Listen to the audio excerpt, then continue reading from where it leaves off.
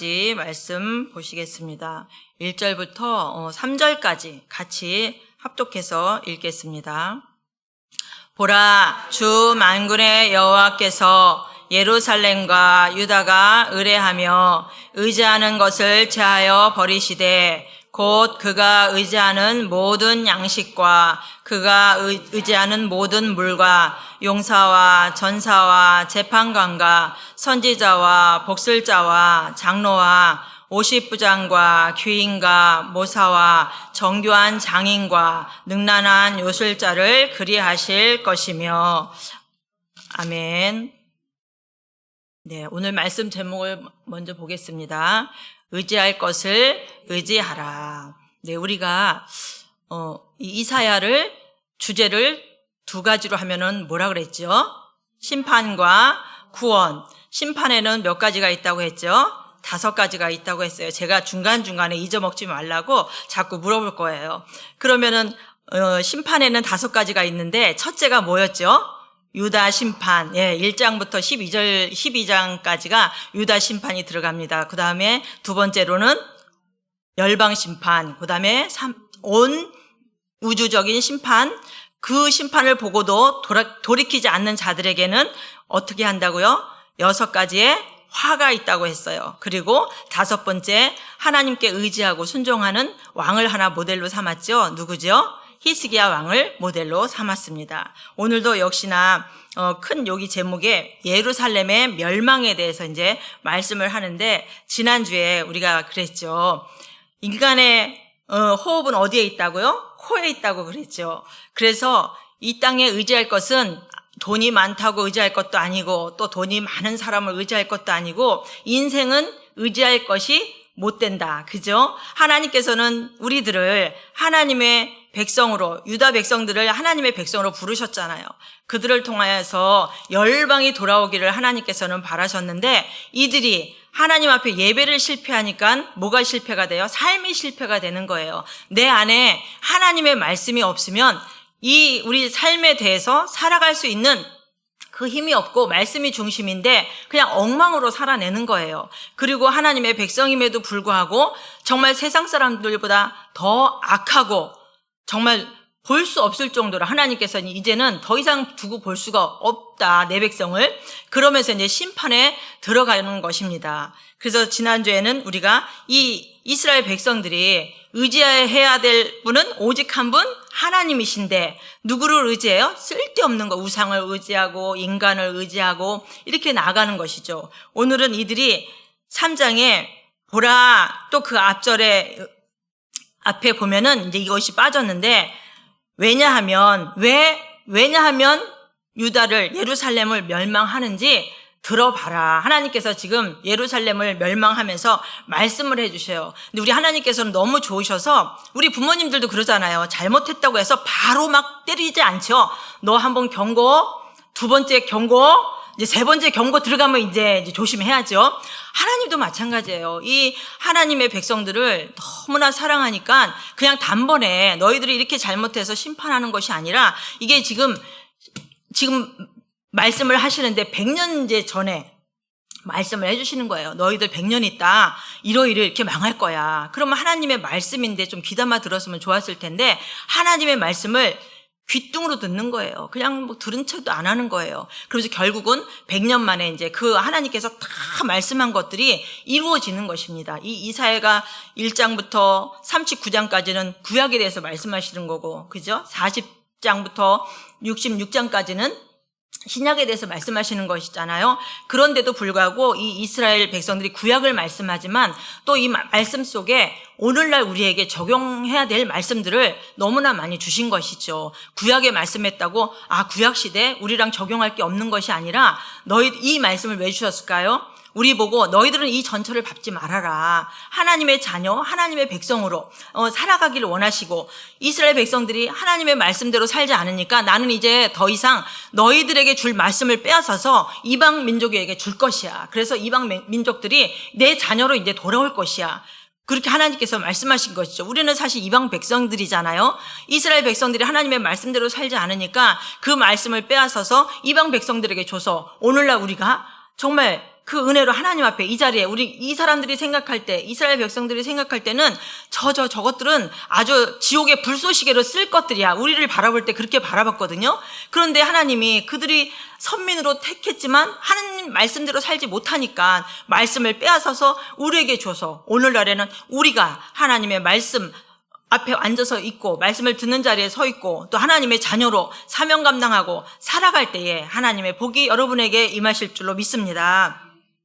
이들이 무엇을 또 의지했나 한번 보겠습니다. 보라는 엄청 강조하는 거예요.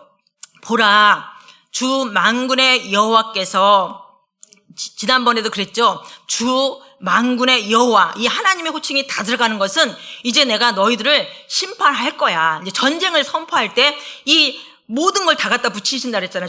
온 우주의 주인이신 주 만군은 천군 천사의 그 지휘자 아닙니까? 그들을 지휘하는 자 아닙니까? 내가 천군 천사를 다 동원해서라도 너희들을 멸망시킬 거야. 여호와는 언약의 말씀, 언약을 지키시는 하나님이라는 표시로 이렇게 여호와 이렇게 말씀하시는데 다 갖다 붙였죠. 주 만군의 여호와께서 예루살렘과 유다가 의뢰하며 의지하는 것을 제하여 버리시되 곧 그가 의지하는 모든 양식과 그가 의지하는 모든 물과, 여기서 의뢰하고 의지하는 거는 계속 반복되는 또 같은 말인데 이들은 언어 쓰는 습관이 같은 것을 반복해서 쓰는 걸 되게 싫어한다고 그래요. 그러니까는 3번 반복해도 다른 말들로 이렇게 인용을 하는데 의뢰하며 의지해. 이들이 뭘 의뢰하고 의지하느냐면 모든 양식과 그가 의지하는 모든 물과, 의식주잖아요. 이게 없으면 살 수가 없죠. 그런데 이들은 광야를 지나오면서 우리가 이 의식주 먹고 물을 마시고 이런 것들로 살아가지 않는다는 것을 이미 광야를 통해서 하나님께서 알려주셨어요. 신명기 8장 3절에 한번 잠깐 보실까요? 신명기 8장 3절에 다 같이 한번 읽어볼게요.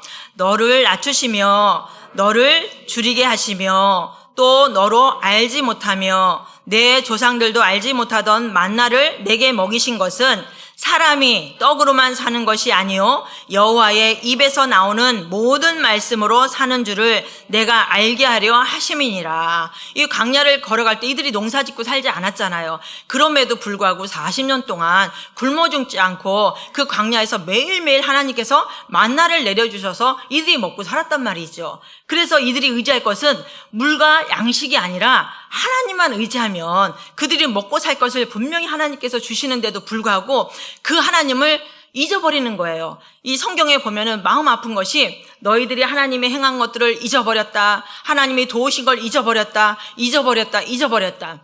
우리 인간이 망각의 동물이라고는 하지만 은혜를 잊어버리면은 배응망덕이라고 하잖아요. 우리는 하나님의 자녀로서 배응망덕하면 안 되는데 이 이스라엘 백성들이 하나님으로 인하여서 부족함이 없이 풍족하게 살았음에도 불구하고 더 많은 것을 얻고 더 배불리 먹고 더 편안하게 살고 싶어서 이제는 하나님 따위는 필요 없다. 우리는 우상을 섬기겠다. 농사의 신, 바알신, 아세라신, 그 가나안에 들어가서 그 신을 섬기는 거예요. 그 40년 동안 하나님이 자기들을 어떻게 인도했냐면 독수리같이 업어서 인도했다고 분명히 나와 있는데 그것을 까마득하게 잊어버리고 하나님을 잊어버리고 이들이 지금 의지하는 것이 예루살렘이 멸망하는 그 이유가 뭐냐. 너희들은 나를 의지해야 됨에도 불구하고 모든 양식과 물을 의지했다는 것이에요.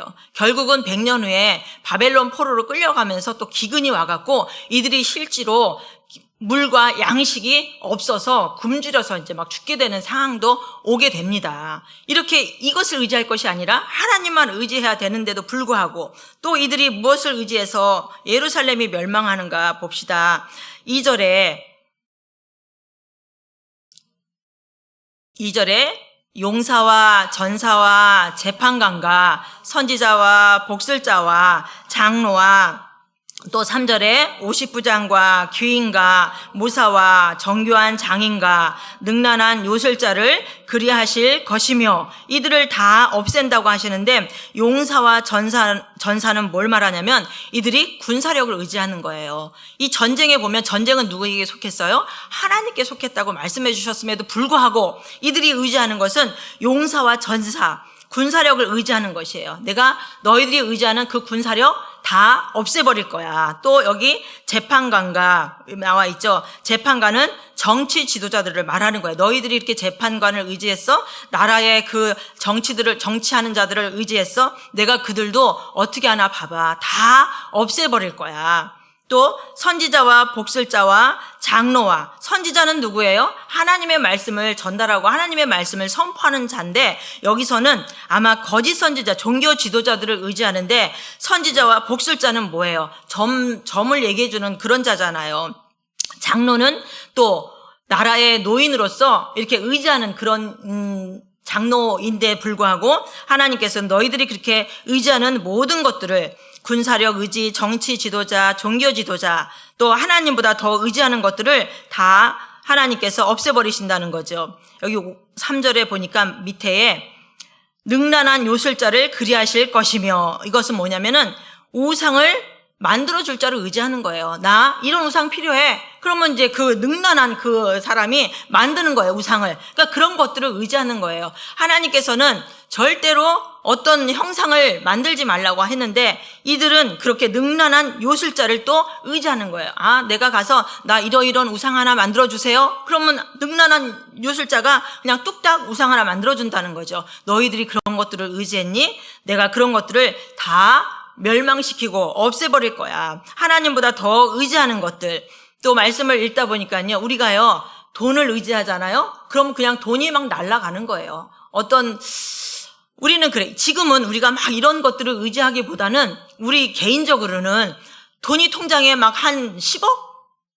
10억이 적나요? 어떤 사람은 그러더라고요. 몇 억도 없는데 자기는 100억 있으면 좋겠대. 그래서 우리가 우리는 10억도 없는데 100억을 그러는데 하나님께서는 우리가 통장에 돈을 막 쌓아놓고 그것을 가지고 든든해해. 그러면 하나님께서는요 그것을 날리시는데 오래 걸리지 않아요. 그 전에 그 어떤 분이 이제 교회에 이제 오게 되셨는데 서울에서 이제 미용실을 운영하면서 집이 두 채였다고 하더라고요. 그러면서 부러울 게 없지요. 그렇게 전도를 해도 이제 이름만 걸어놓고 교회를 나가지 않는 것이에요. 그러면서 이제 그분이 감기인 줄 알고 그냥 오랫동안 이렇게 이제 병원을 다녔는데 나중에는 그게 이제 감기가 아니고 이제 암이었더라고요. 그러면서 암을 치료하는데 그 서울에 그 비싼 집 한 채 날아가는 거는 순간이었고요. 그리고 이제 그 한 채도 팔아서 이제 여기 아파트로 이제 오셨더라고요. 그러면서 이제 한다는 말이 또 아픈데도 불구하고 그래도 그때 우리가 이제 신방 가서 아파트 갔을 때가 30 한 5평 정도 된 것 같죠. 그런데도 내가 이렇게 후진 아파트에 살 사람이 아닌데 그렇게 말씀을 하시는 거예요. 그래서 내 속으로 덜 아프셨나 보다. 그랬는데 그 남편도 한량이었어요. 그러면서 신앙생활을 안 했던 사람들인데 아내가 아프니까 그 한량인 그 남편이 그 아픈 아내를 데리고 팔짱을 끼고 그리고 이제 교회를 처음으로 나오시는 거예요. 이제 여기 삼익에 이사 와갖고 그러면서 이제 목사님께서 이제 금요철야 땐가 이제 기도를 하시면서 이제 치유 기도를 하시는데 막 1시간 동안 막 그런 이제 치유의 역사가 막 일어났어요. 그러면서 이제 한 6개월 지나니까 머리가 막 뽀송뽀송 나고 뭐 이제 병원에서도 이제 괜찮다고 해요. 그러면서 이제 또 신앙생활을 이제 안 하고 서울 가서 그 사람이 이제 기술이 미용 기술이었었어요. 미용사였다고 하더라고요. 그런데 이제 다시 살만하니까 이제 미용하러 다시 이제 서울로 이제 교회를 떠나서 이제 서울로 갔는데 그 이후로는 어떻게 됐는지 모르겠어요. 그러니까 우리 인생이 참 너무나 이런 거 보면 미련한 거죠. 그죠? 아무리 내가 밤낮 없이, 얼마나 힘들어요. 미용 그거 해갖고 그 돈을 번다는 게 남편은, 결혼할 때부터 이제 한량이었으니까 그 여자 혼자서 그렇게 돈을 벌어서 집을 2채를 마련했는데 그 든든한 거였어요, 이 사람이. 집이 2채가 있으니까 서울에 집이 2채면 그래도 괜찮잖아요. 든든했는데 순간 그런 병이 오니까 한 채가 그냥 그걸 마련하기 위해서는 몇 년이 걸렸는데 그 한 채가 날아가는 데는 그냥 불과 몇 달 안 걸려서 그냥 훅 날아가 버린다고 그렇게 그분이 이렇게 표현을 하더라고요. 그래서 이제 마음을 다져먹고 신앙생활을 이제 그때가 60살 넘으셨으니까 열심히 하실래나 보다. 그랬더니 이제 막 머리 나고 막 낫고 막 이러니까 이제 다시 정리해갖고 이제 서울 가서 이제 미용사 그거 원장 한다고 또 다시 가더라고요. 하나님이 볼 때에 우리 인생이 얼마나 이렇게 하나님이 보실 때 참 답답하죠. 그 물질이 별거 아닌데 내 생명보다 중하지는 않잖아요. 그런데 우리도 이 땅에서 내가 의지하는 물질, 통장에 돈을 많이 쌓아놓고 든든하다. 근데 이러면은 하나님께서 그것을 훅 날아가는 거는 순간이고, 우리 정치 지도자들 보세요. 명예, 권력 하루아침에 그냥 날아가잖아요. 그 대통령이 뭐가 좋다고 그렇게 대통령들을 하겠다고 나와갖고 줄줄이 진짜 역대 대통령 박정희 대통령 빼고인가 그러고서 계속 대통령이 끝나면은 다 감옥행이잖아요. 참 너무나 안타깝고 참 마음이 이 현실도 마찬가지예요. 지금 우리나라 현실이나 이 시대의 현실이나. 그래서 하나님께서는 우리가 어떤 것도 의지하지 말라. 그런 것들은 한순간에 날아가는 것이고, 내가 물질을 아무리 쌓아놨어도 훅 불어버리면 한순간에 없어지는 것이 물질이고, 우리의 생명도 말씀을 읽다 보면 코에 있다 그러잖아요. 근데 나이가 다 해서 죽는 것도 아니고, 어떤 사람은 아무리 건강, 아침마다 운동하고 막 몇 시간씩 운동하고 그래도 하나님이 와라 부르면 우리는 그냥 아무 소리 못하고 가는 게 우리 인생이잖아요. 성경에도 보면 수명이 다 해서 가는 게 아니라 하나님이 부르시면 눈이 밝고 건강하고 청명이 있다 할지라도 부르시면 그냥 가는 것이 우리의 인생인 것이더라고요. 보니까 여기 또 볼게요. 4절에 그가 또 4절 보겠습니다. 그가 또 소년들을 그들의 고관으로 삼으시며 아이들이 그들을 다스리게 하시리니, 5절에 백성이 서로 학대하며 각기 이웃을 잔해하며 아이가 노인에게 비천한 자가 존귀한 자에게 교만할 것이며. 이것은 무엇을 말하냐면 이들이 그렇게 의지하는데 지금 나라가 이 시대에 히스기야 왕 시대에는 별로 이렇게 부강한 나라를 받지 못했어요. 그 앞전에 그 아버지가 너무 우상을 막 몰렉신이고 뭐고 막 그렇게 섬기니까 아주 그냥 두드려 맞은 거죠. 아수리아 두드려 맞고 막 여기저기 두들겨 맞아서 히스기야가 나라를 물려받았을 때는 거의 막 완전 예루살렘 하나만 남아있고 거의 주변은 다 초토화된 그런 상황에 이제 물려받았는데, 이들이 이렇게 너희들이 교만하게 되면은 이 나라의 형편이 어떻게 되는지 보여주시는 것입니다. 소년들을 그들의 고관으로 삼는데요. 소년들을 고관으로 삼으면 어떻게 돼요? 이 소년들은 경력도 없고, 그렇죠. 나라의 정치에 대해서 알지도 못하잖아요. 근데 이 소년들이 나라를 다스리고 또 아이들이 그들을 다스리게 하리니. 그러니까 미성숙하고 이 어리석은 자들이 이 나라를 다스린다는 거예요. 나라가 그러니까 결국은 엉망이 된다는 거예요. 왜냐하면 쓸만한 지도자가 없는 거예요. 바벨론 포로로 1차, 2차, 3차 쓸만한 고관들, 쓸만한 지도자들은 다 끌고 간 거예요. 그러니 이제는 지도자 될 사람도 없고 이렇게 아이들이며 소년들이 나라를 맡아서 경험도 없고 능력도 없는 이들이 나라를 맡아서 이제 다스린다는 것이죠.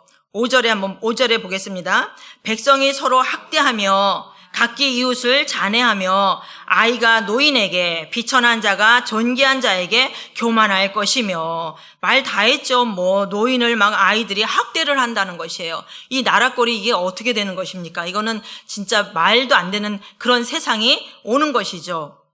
6절에 한번 볼게요. 혹시 사람이 자기 아버지 집에서 자기의 형제를 붙잡고 말하기를 내게는 겉옷이 있으니 너는 우리의 통치자가 되어 이 폐허를 내 손 아래에 두라 할 것이며. 이게 무슨 뜻이냐면은 이제 다 나라가 막 너무 어려운 그런 상황이잖아요. 그러니까는 어떤 사람이 겉옷을 입었어. 그러니까는 겉옷도 지금 못 입고 있는 형편이 된 거야. 이들이 너무 가난하게 돼갖고 다 빼앗겨갖고. 그러니까 어떤 사람이 겉옷을 딱 걸치고 있는데, 야 너는 겉옷이라도 있잖아. 겉옷이라도 있으니까 네가 우리 지도자 되면 어떨까? 우리 지도자 해. 막 이러는 거예요. 그래서 이제 이들이 생각하기에 돈만 있으면 그냥 지도자를 시키는 거예요. 겉옷을 그나마 입은 건 좀 나은 거예요. 돈이 좀 있다라는 거거든요. 그러니까 그 사람이 무슨 정치나 이런 것들을 해본 것도 아닌데 그냥 너 겉옷 있잖아. 너 돈 있잖아. 그러니까 우리의 지도자가 돼달라고 막 그러는데 이 사람이 또 뭐라고 하느냐 한번 보세요. 7절에 그날에 그가 소리를 높여 이르기를 나는 고치는 자가 되지 아니하겠노라. 내 집에는 양식도 없고 의복도 없으니 너희는 나를 백성의 통치자로 삼지 말라 하리라. 네, 이 앞에는 또 바로 그런 말이 있어요. 우리가 뭔가 부탁하면 그래 내가 생각해 볼게. 내가 기도해 볼게. 기도해 본다는 건 안 한다는 말인 것도 마찬가지예요. 그쵸? 기도해 볼게. 이거는 대답을 못하.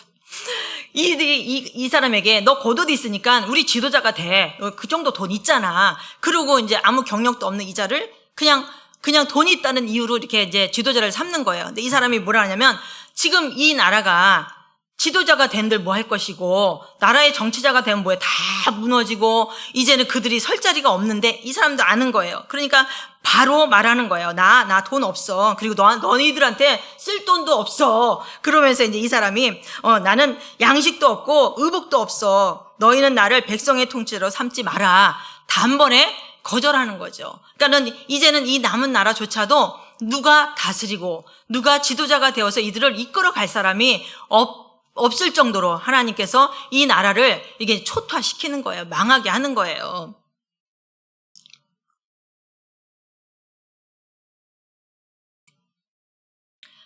팔 절 한번 보겠습니다.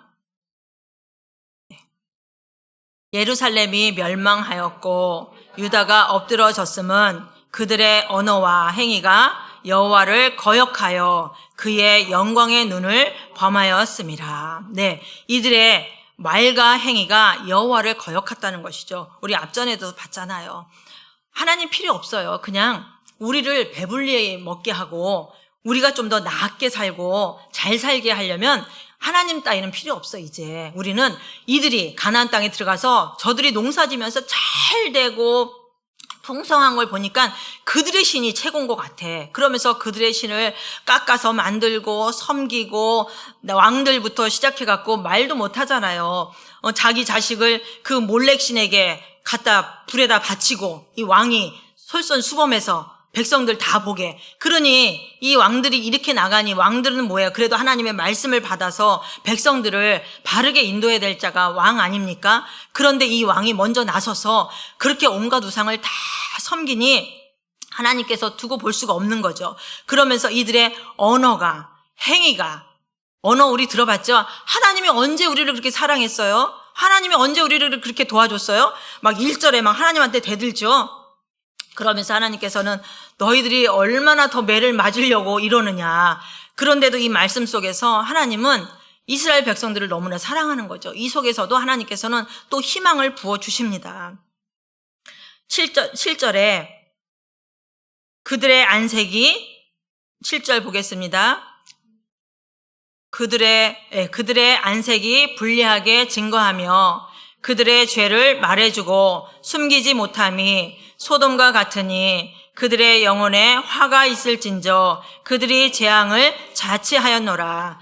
너희들이 재앙을 막 끌어당기는 거예요. 어떻게 해서 재앙을 끌어당기느냐면은 이렇게 말하는 거죠. 그러니까 얼굴이 이제 철면피가 된 거예요. 철면피보다 더 두꺼운 건 화강석이라고 그러더라고요. 화강석 성경에 보니까 이들이 죄를 짓고도 왜 우리 죄를 짓고 자기가 잘못한 걸 말하려면 얼굴이 좀 빨개진다거나 또 그것을 숨기거나 이럴 텐데, 야, 내가 아는 사람이 검찰총장 아니야? 그래갖고 내가 아무튼 안 좋은 죄를 졌어. 근데 그 검찰총장 백으로 내가 나왔잖아. 이렇게 말하는 거예요. 그러니까는 그 자기가 잘못하고 죄 짓고 이런 것들을 아무렇지 않게 더 당당하게 얘기를 하는 것이 안색이 불리하게 증거하며 이렇게 표현을 여기서는 이렇게 말해줬는데 그들의 죄를 말해주고 숨기지 못한다는 거예요. 그냥 죄를 창피한지도 모르고 부끄러운지도 모르고 그냥 드러내는 거예요.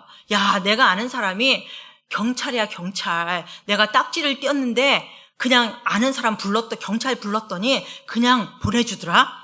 이게 얼마나 창피한 거예요. 우리가 교통법규를 위반해서 걸렸는데 예를 들자면 그런 표현이라는 거예요. 이들이 이만큼 얼굴이 철광석을 지나서 화광석으로 바뀌었어요. 감당할 수 없을 정도로 하나님이 볼 때 이렇게 얼굴이 완전히 화광석으로 바뀌어갖고 이렇게 이 얼굴 모습을 이렇게 하니까 하나님께서 너희들이 재앙을 아주 끌어모은다. 이게 자체하였다. 이 소리가 아주 재앙을 너네가 하는 행동으로 인하여서 그렇게 끌어모은다고 이제 말씀하고 계시는 거예요. 10절에 보겠습니다. 너희는 의인에게 복이 있으리라 말하라. 그들은 그들의 행위의 열매를 먹을 것이며. 여기서 하나님께서는 또 희망의 말씀을 또 우리에게 주시는 거예요. 그냥 너희들 이렇게 하면 내가 너희들 두들겨 팰 거야. 이게 아니라 그래도 내가 너희들에게 살 길을 줄게. 그게 무슨 말씀이시냐면 너희는 의인에게 복이 있으리라 말하라. 그들은 그들의 행위의 열매를 먹을 것이며. 이 10절에 시편에 보면요. 대저 의인의 길은 여호와께서 인정하시나 악인의 길은 망하리로다. 이렇게 말씀하고 있죠. 여기서 8절에 이거 빼먹고 갔네요.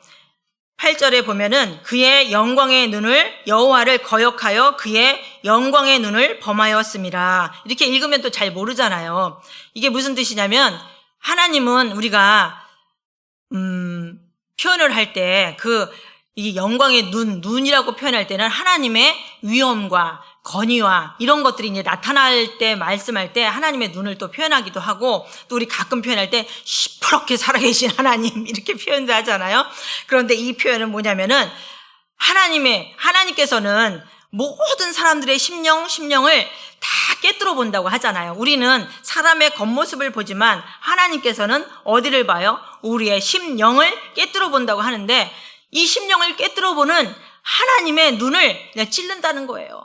그러니까 얼마나 하나님께서 그들이 행하는 행동이 하나님의 눈을 찔러. 누가 그래 이렇게 찔르면 딱 이렇게 막으면 안 찔린다고 그런 말도 있는데 이들이 얼마나 악하면 하나님 볼 때에 정말 니들이 내 눈을 이렇게 찔렀다는 거예요. 얼마나 우리가 뭐 하다가 눈 찔리면 굉장히 아프잖아요. 그만큼 하나님께서 너희들이 행하는 그 행동이 내가 볼 때 너무나 고통스럽고 너무나 아프다는 표현을 또 여기서 이렇게 하나님의 이 표현으로 쓰인 것입니다.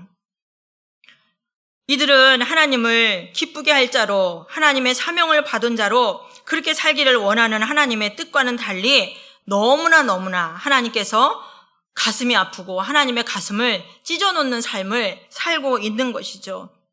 그러면서 하나님께서 그래도 말씀하시기를 너희들 의인에게는 복이 있어. 의인이 뭐예요? 하나님을 의지하는 자가 의인이라고 말씀했잖아요. 하나님을 경외하고 하나님만을 섬기고 이러한 자에게는 하나님이 뭐가 있다고 그래요? 복이 있다. 내가 그런 자에게 복을 주지 누구에게 주겠느냐. 나만 의지하고 나만 바라보고 이러는 자에게 내가 너희에게 복을 줄 것이야. 그리고 그들은 그들의 행위의 열매를 먹을 것임이야. 지난주에 이제 말씀을 우리 이제 중고등부 애들한테 말씀을 전했는데 우리가 전에는 어둠이었더니 우리의 인생이 전에는 어둠에 있었단 말이죠. 그런데 하나님께서 그 어둠에 있는 백성들을 그냥 놔두면 지옥 갈 자식들이잖아요. 지옥으로 멸망할 자식들인데 하나님께서 어둠이었던 그 자식들을 하나님께서 주 안에서 부르셔서 이제는 그 자들을 어떻게 빛의 자녀로, 그래서 너희들은 빛의 자녀로 행하라. 그러면 빛의 자녀로 행하는데 그 빛의 열매는 무엇이냐? 모든 착함과 의로움과 진실함에 있느니라. 그래서 하나님께서는 우리를 그 어둠 가운데 불러서 이제는 우리가 어둠에 사는 것이 아니라 하나님의 빛의 자녀로 살아가는데 그 빛의 자녀의 모습은 어떠해야 되느냐? 그의 열매는 무엇이어야 되느냐? 하나님이 보실 때 착함과 의로움과 진실함, 거짓이 없이 정직함, 이것을 말씀하시는 것이잖아요. 여기서 너희들이 그렇게 의인의 모습으로 살 땐 복이 있고 그리고 그 행위의 열매를 너희가 먹을 것이야. 그 행위의 열매는 무엇이에요? 하나님께서 주시는 복이라는 것이죠. 너희들이 빛의 자녀로 그 열매들을 맺고 살았을 때는 내가 너희에게 복을 주실 것이라고 말씀하고 계십니다. 그러면 11절에 한번 보겠습니다. 악인에게는 화가 있으리니 이는 그의 손으로 행한 대로 그가 보응을 받을 것임이니라. 아멘. 악인은 누구예요? 악인은 하나님을 모른다 하고 하나님의 자녀가 하나님을 배신하고 하나님이 없다 하는 자들을 다 악인이라고 말하는 것입니다. 근데 이 악인에게는 뭐가 있대요? 화가 있다는 것이에요. 지금 누구를 향해서 말씀하시냐면 하나님이 부르신 그 이스라엘 백성들, 그 백성들이 이제는 의인이어야 되는데 이제는 너희들이 악인이 되었다. 악인이 되어서 내가 이제는 더 이상 두고 볼 수 없어서 너희들에게 화가 미칠 것이다. 그렇게 하나님께서 말씀하시면 이들이 좀 깨닫고 돌이키고 하면 좋을 텐데 돌이키지를 않는 것이에요. 그래도 하나님은 참 긍휼의 하나님이시라서 그냥 이렇게 무작정 막 이렇게 너희들 이래서 멸망할 거야 그렇게 말씀하시다가도 그래도 자식이니까 자식이 죽기를 원하고 자식이 두들겨 맞아갖고 피투성이가 되기를 원하는 부모가 어디 있겠습니까? 그래서 하나님께서는 또 그 자녀들을 향하여서 이 긍휼을 베푸시는 말씀인 것이죠. 근데 이들이 듣고 돌아오면 참 좋겠지만 그렇지 아니하고 계속 하나님의 말씀과 엇나가는 모습으로 나가고 있습니다. 12절에 보겠습니다. 내 백성을 학대하는 자는 아이요 다스리는 자는 여자들이라. 내 백성이여 내 인도자들이 너를 유혹하여 내가 다닐 길을 어지럽히느니라. 이제 이 백성들을 학대할 자가 누구래요? 아이라는 거예요. 아이한테 학대를 받는다는 것이죠. 이것은 무엇을 말씀하냐면 이 준비가 안 된 자들의 통치를 받는다는 것이에요. 그러니까 이스라엘 백성들이 이 악함으로 달려감으로 인하여서 이제 하나님께서는 더 이상 두고 볼 수 없고 그 나라가 초토화되는 것이죠. 그러면서 그 나라를 이제 다스릴 자도 없고 이 준비도 안 된 이런 어린 아이들이 다스리고 그러면 이 나라가 어떻게 되겠습니까? 엉망이 되는 것이죠. 노인들을 학대하고 또 어린 아이들 준비도 안 된 그 경력도 없는 이런 자들이 나라를 다스리고 하나님께서는 너희들이 이런 이유로 내가 이제 이 예루살렘을 멸망할 것이야. 하나님께서는 마지막으로 경고하십니다. 그러면서 마지막에 또 이렇게 말씀을 하시면서 이제 너희들이 멸망을 당하는데 왜 멸망을 당하는지 알으라고 그냥 하나님께서 두들겨 패는 것이 아니라 이러한 이유로 내가 너희를 멸망할 수밖에 없어. 하나님께서는 이렇게 말씀하시는 것입니다.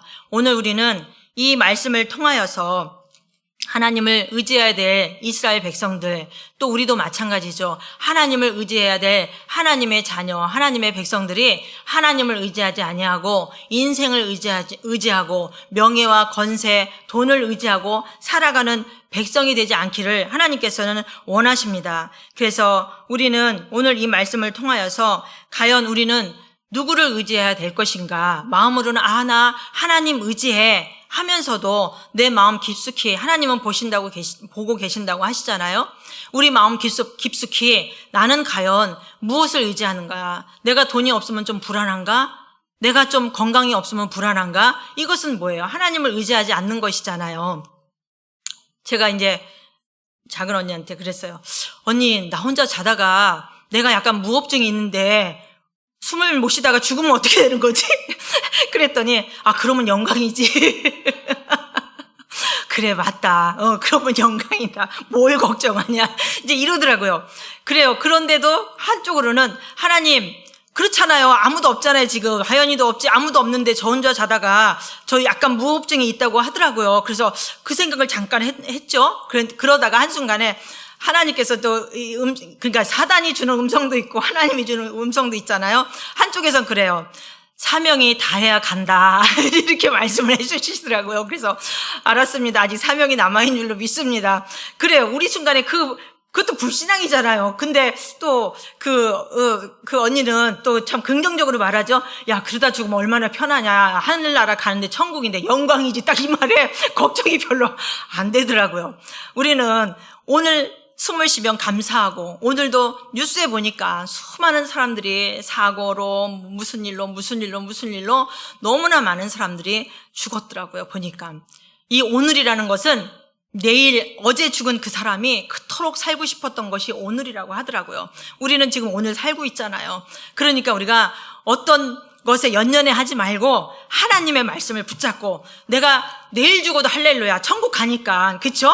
예, 자다가 죽어도 할렐루야 감사하잖아요.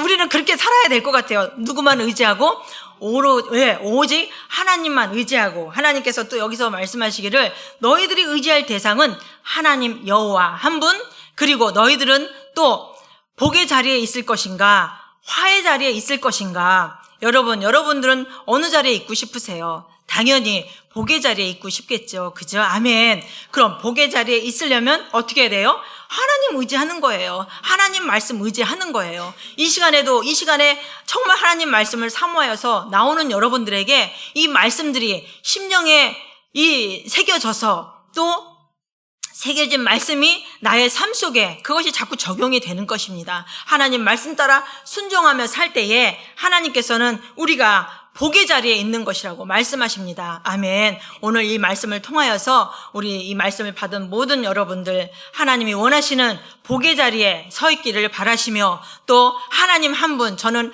하나님 한 분으로 만족합니다라고 고백할 수 있는 그런 신앙이 다 되시기를 바라겠습니다. 아멘. 우리가 잠깐 말씀을 생각하시면서